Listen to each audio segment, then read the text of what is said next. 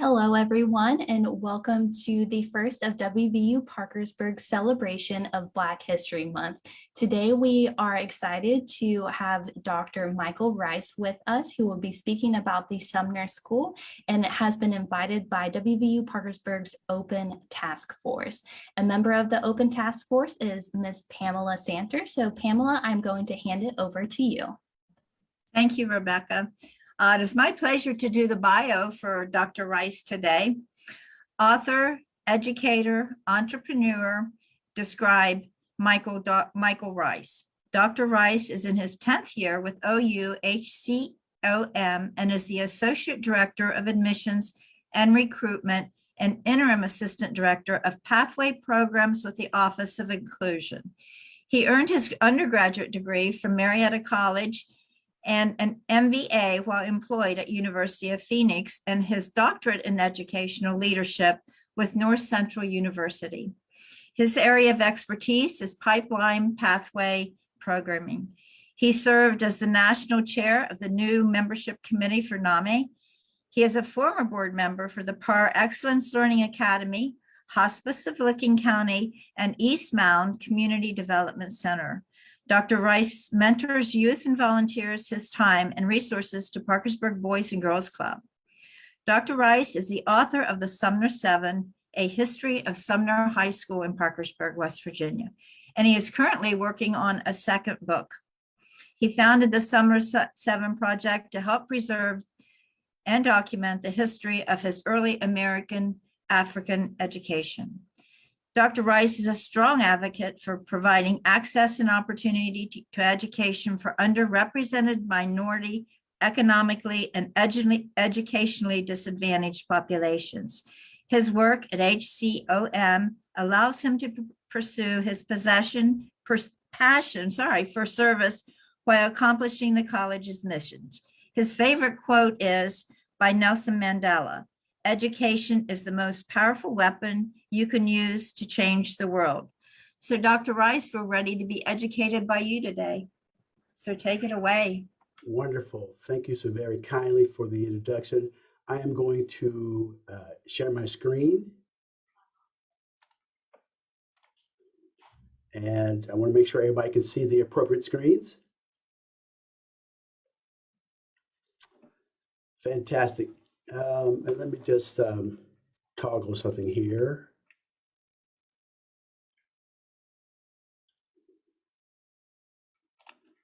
So good afternoon, and again, thank you, Pam and WVUP for this invitation. Thank you, Dr. Gilmore. Thank you, Rebecca, for this kind invitation. It's with pride and enthusiasm that I share this information about Sumner High School with you today. A reason for my personal pride is that some of my relatives attended the school. And when I was a child, I recall hearing stories about Sumner. My nana, my grandmother, my uncle would speak glowingly about their student experience. And my passion for this subject is partially because I'm a native Parkersburg, West Virginian. I love history. I'm excited to help in just a small way to help preserve the antiquity of this school. And then I would say last, almost all of the literature I found credited Wood County and the Parkersburg area among the groundbreaking safe havens for being at the forefront of educational equity. And so that makes me extremely proud as a Parkersburg native. For this discussion today, I'd like to cover just the following topics. I won't be long. I think it's necessary to provide some background, to provide context of the educational landscape for Black Americans during this time in our country. I want to touch on a little bit about before statehood, the College School of Parkersburg, which was the original name of the school before its transition into a high school. I want to talk about the Sumner 7 and how that came to play and how I tagged that name, that tagline, if you will. Obviously, Sumner High School will be discussed, and I'll briefly talk about some of the distinguished alumni that you may or may not be familiar with.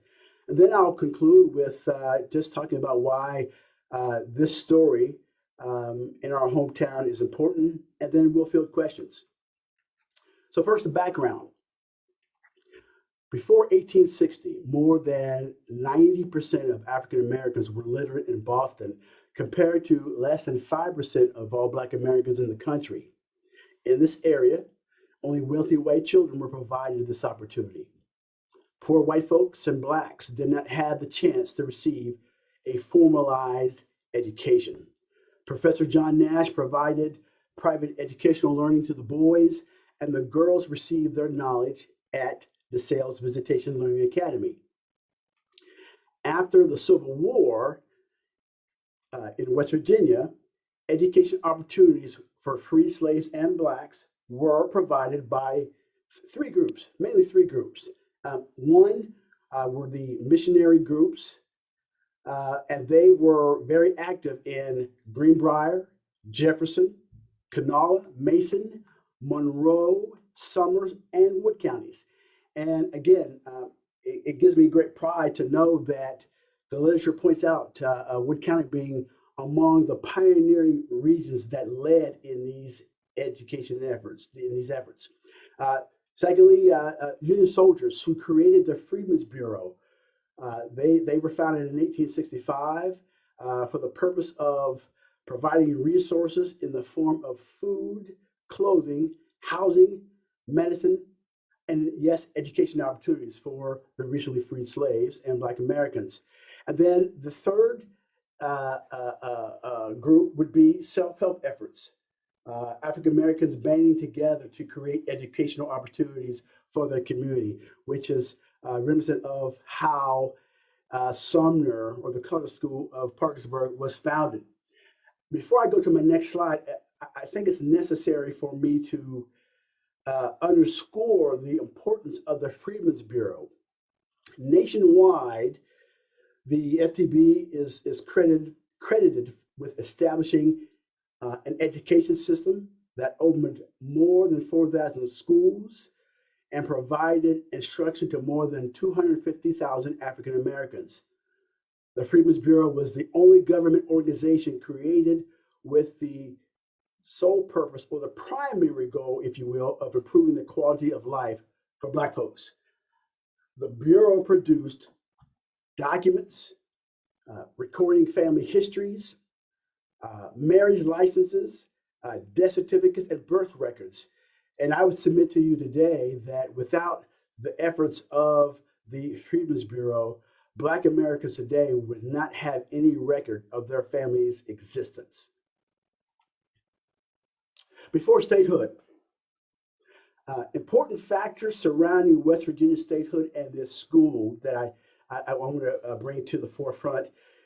As you are well aware of, as we studied in our middle school West Virginia histories class or in our civics class, West Virginia was one of 3 states formed from an existing state, but was the only state to do so from a Confederate state. Kentucky was formed from the state of Virginia in 1792, Maine from Massachusetts in 1820. And as you well remember from your civics lessons, the U.S. Constitution requires that the original state must ratify the beginning of a new state, which did not happen in West Virginia statehood's case. And on May 29th, 1862, Senator Wiley from Morgantown petitioned the United States Senate for admission of West Virginia as a state. Now, when the bill was introduced in Congress, Senator Charles Sumner requested an amendment to the bill calling for the freeing of all slaves in West Virginia on or thereabouts of July 4th of 1863. His proposal was soundly defeated. However, Senator James Henry Lane of Kansas offered an amendment to the Wiley bill that changed the bill requesting for the admission of West Virginia upon the consent of gradual emancipation by the Constitutional Convention. A compromise to the Wiley amendment to the Wiley bill provided a pathway for statehood. Now, at this time, President Lincoln was in favor of the idea of secession for Western Virginia, but was conflicted by two unanswered questions.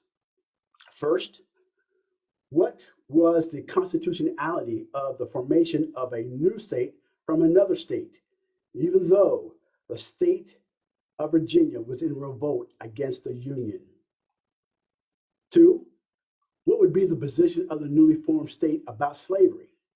And after much deliberation on these two questions, the president signed the West Virginia Statehood Bill on December 31, 1862, requiring approval from the West Virginia Constitutional Convention and its citizens.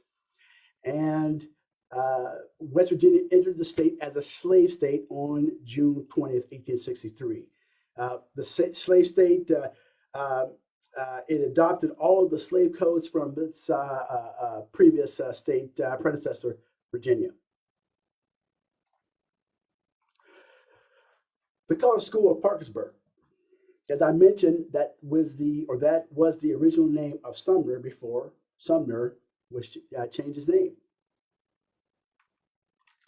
Early in 1862, several African American men gathered in a local barbershop to discuss educational opportunities for their community. But many involved in these discussions were reluctant to do so because it was unlawful. I'm sure we're all aware of the consequences of educating or the thought of educating young Black and brown children. Some of those consequences were penalties or public floggings, even death and imprisonment. And so many of the Black men that started in these initial discussions were very apprehensive in doing so for those obvious reasons. And after many meetings and changes in meeting locations, many would-be advocates of starting a school for their children became fewer. Eventually, the numbers were reduced to 7 brave men. And those men were Robert Thomas, Lafayette Wilson, William Sargent, Robert W. Simmons, Charles Hicks, William Smith, and Matthew Thomas. And it was these men's efforts that gave me the idea to refer to them as the Sumner Seven. In 1862, the school began under the name the College School of Parkersburg and was established as a pay school requiring payment from those families who could afford it. Those families who could not afford it, they paid their sons and daughters tuition with the use of the barter system. That there was something, repairs or food that the school or its students needed, they would pay with the barter system. And those fees were typically due by the end of the month, and it was $1 per child. The initial enrollment of the school was about 35 students. The first principal of the school was S.E. or Reverend S.E. Colburn from Boston, and Pocahontas Simmons and Sarah Trotter were the first teachers.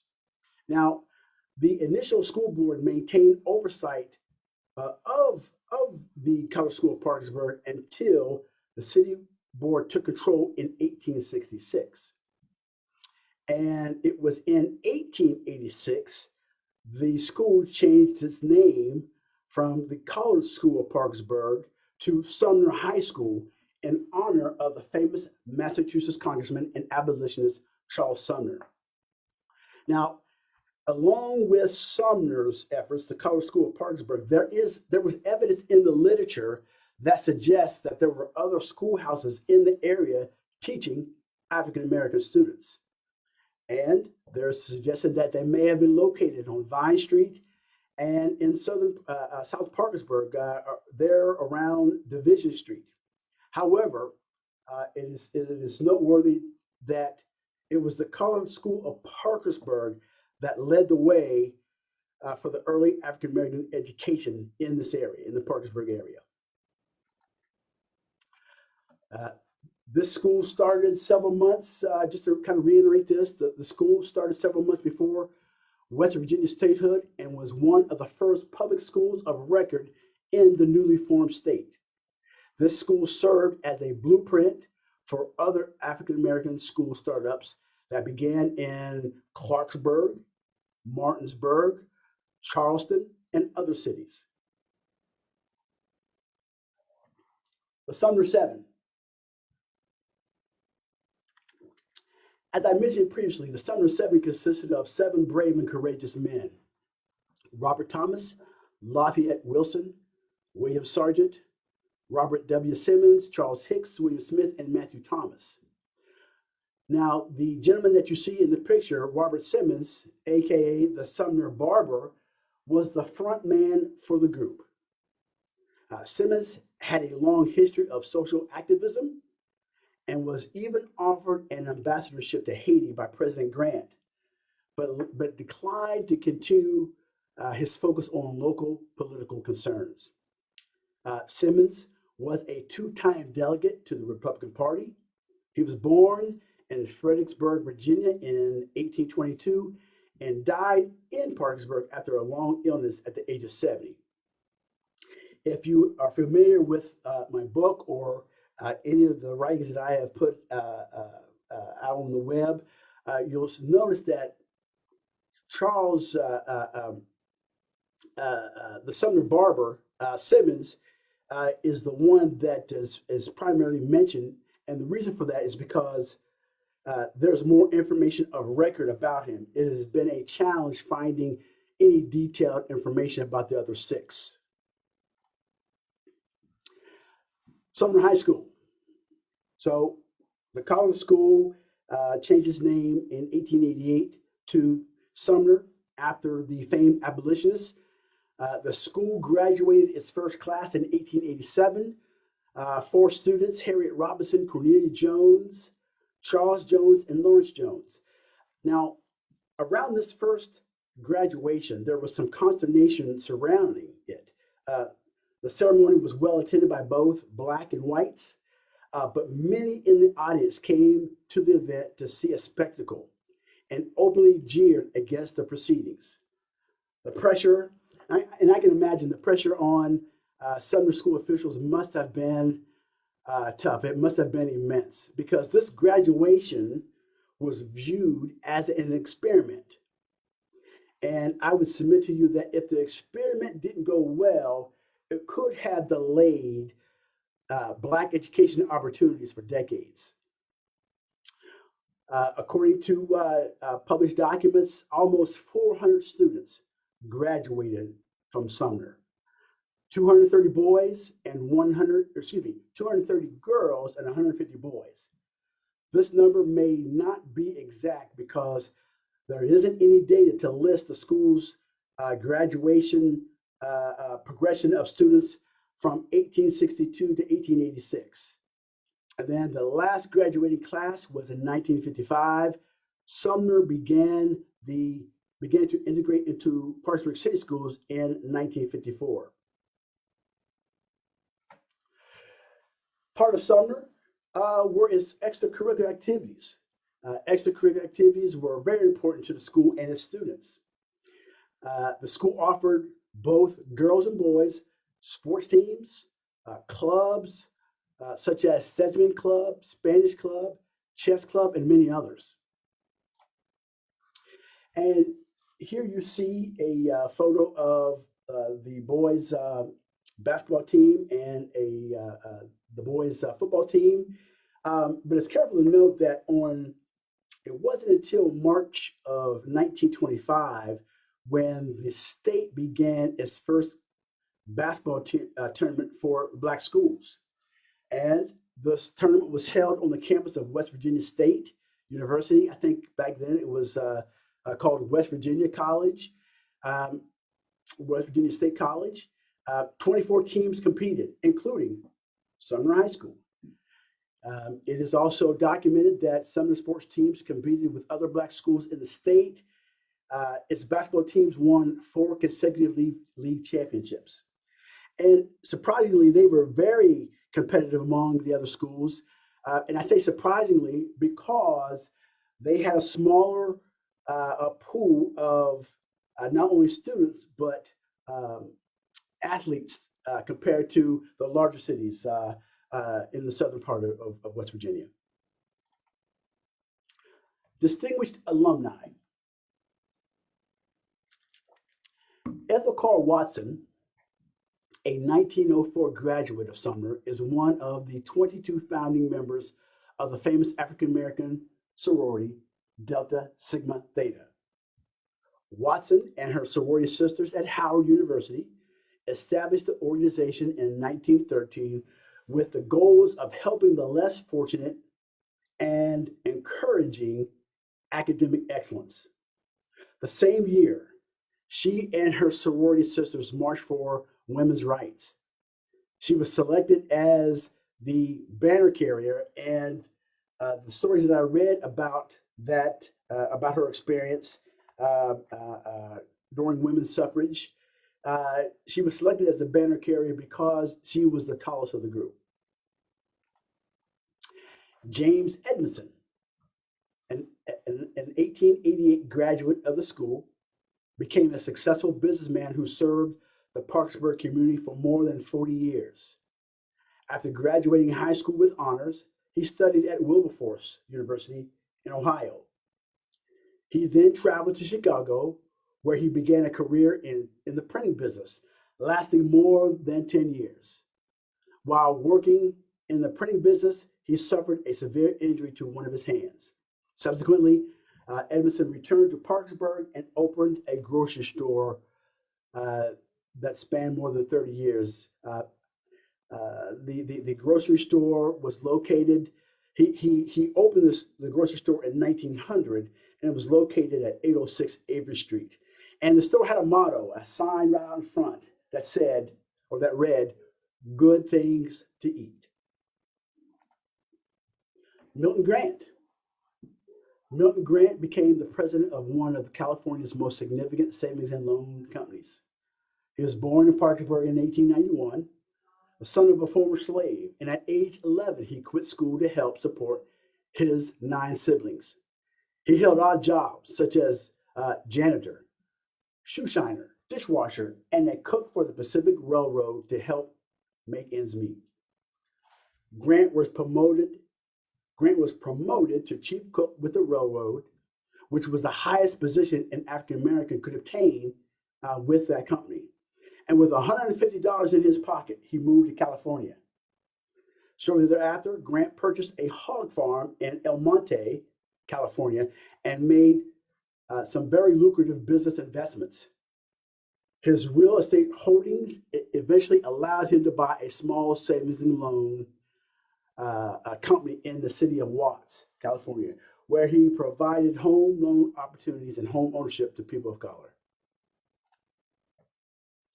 So you might be asking, why is this story still relevant? Does it matter? And I would say it matters indeed. As we celebrate Black History Month, started many years ago by the late great Dr. Carter G. Woodson, who is also considered to be the father of Black History Month. I'm a bit ambivalent about a set-aside month to learn about what should already be taught in our history classes. Yeah, and I would submit to you, if we don't remember, we will forget. This part of American history reminds us of the painful struggles Blacks had to overcome to gain full rights as citizens. We all must ensure the racial injustices of the past are not allowed to take root in the present and grow wildly in the future. This history should be celebrated as a rich part of our West Virginia heritage and should be seen as a victory for all West Virginians, Black or white. And I say many today, when I talk to some of the younger generations, they've heard from their parents that Sumner, the Sunshine School, and the Sunshine School was a noble endeavor. It served a purpose, and it did good works. But the Sunshine School and Sumner High School are totally different. Their legacies are not related. They just happen to share a similar building structure and Both of them works, but we shouldn't equate the two as being the same. So at this time, I will stop my share and open the floor up for questions. Also, if you are looking for more information about Sumner, you can go to my website, sumner7.com. Also, you can purchase my book, The Blender Has a Hotel. I know at one time was selling the book in their lobby, or you can go online to one of the many online bookstores. Thank you. And thank you, Dr. Rice. We will also be posting a link to your book in the comments section here. And as we go ahead and let people fill in their questions, I wanted to remind everyone that next Wednesday, February 23rd, we will be hosting Derek Johnson, the president and CEO of the NAACP, for another Black History Month celebration presentation. But also, Dr. Rice, I want to let you know you've had many people join in on the conversation and just saying that they appreciate your time. And Kathy Frum, who was our Nursing and Health Sciences Dean, she says hello, and hello from WVUP. So hello to you. Thank you. Pamela, do you have any questions for Dr. Rice? Well, it's been a pleasure meeting you this way. Some days maybe you can come to our school.